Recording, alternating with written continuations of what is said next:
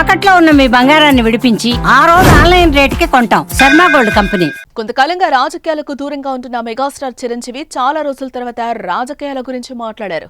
ఎన్నేళ్లలో ఒక్కసారి కూడా తన తమ్ముడు పెట్టిన జనసేన పార్టీ గురించి మాట్లాడని చిరు తొలిసారిగా జనసేన జై జనసేన అంటూ నినదించారు. దీంతో మెగా అభిమానులు ఉత్సాహంతో ఉప్పొంగిపోయారు.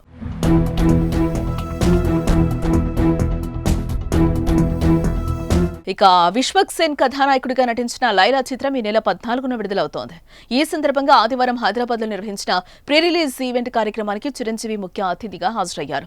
వేదికపైన ఉన్న విశ్వక్ సేన్ తండ్రి కరాటే రాజుతో తన అనుబంధం గురించి ప్రస్తావిస్తూ చిరంజీవిపై వ్యాఖ్యలు చేశారు. మేం ప్రజారాజ్యం పార్టీ పెట్టినప్పుడు రాజకీయంగా ఎదగాలనే తన కోరికను కరాటే రాజు నా దగ్గర ప్రస్తావించాడు. దాంతో ప్రజారాజ్యం తరపున అవకాశం ఇచ్చా. కానీ అప్పట్లో పరిస్థితులు ఇంకోలా ఉన్నాయని చెప్తూనే నాటి ప్రజారాజ్య పార్టీ నేటి జనసేనగా రూపాంతరం చెందిందన్నారు. దీంతో మెగా అభిమానులు సందడి చేశారు. మరోపక్క అల్లు అర్జున్తో విభేదాలున్నాయంటూ వస్తున్న వార్తలకు చెక్ పెట్టేలా పుష్ప 2 విజయం పట్ల చిరంజీవి హర్షం వ్యక్తం చేశారు. పుష్ప 2 పెద్ద హిట్ అయిందని అందుకు గర్విస్తున్నారని అన్నారు. ఒక్కోసారి కొన్ని సినిమాలు ఆడొచ్చు, ఆడకపోవచ్చు, కానీ ఒక సినిమా బాగా ఆడితే దాన్ని ఇండస్ట్రీలో ప్రతి ఒక్కరూ హర్షించాలని అన్నారు.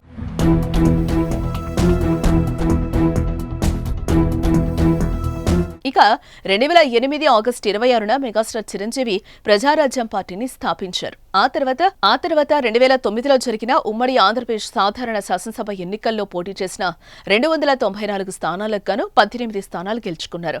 మొత్తం ఓట్లలో 18% ఓట్లు అప్పట్లో ప్రజారాజ్యం పార్టీకి వచ్చాయి. చిరంజీవి తిరుపతి, పాలకొల్లు నియోజకవర్గాల నుండి పోటీ చేయగా తిరుపతి స్థానం నుంచి గెలుపొందారు. ఆ తర్వాత ఆగస్టు 2011లో భారత జాతీయ కాంగ్రెస్ పార్టీలో విలీనం చేశారు. అప్పటి నుంచి ఇప్పటి వరకు అక్కడక్కడ పవన్ కళ్యాణ్ తప్ప చిరంజీవి ఎప్పుడూ మళ్లీ ప్రజారాజ్యం పార్టీ ప్రస్తావన తీసుకురాలేదు.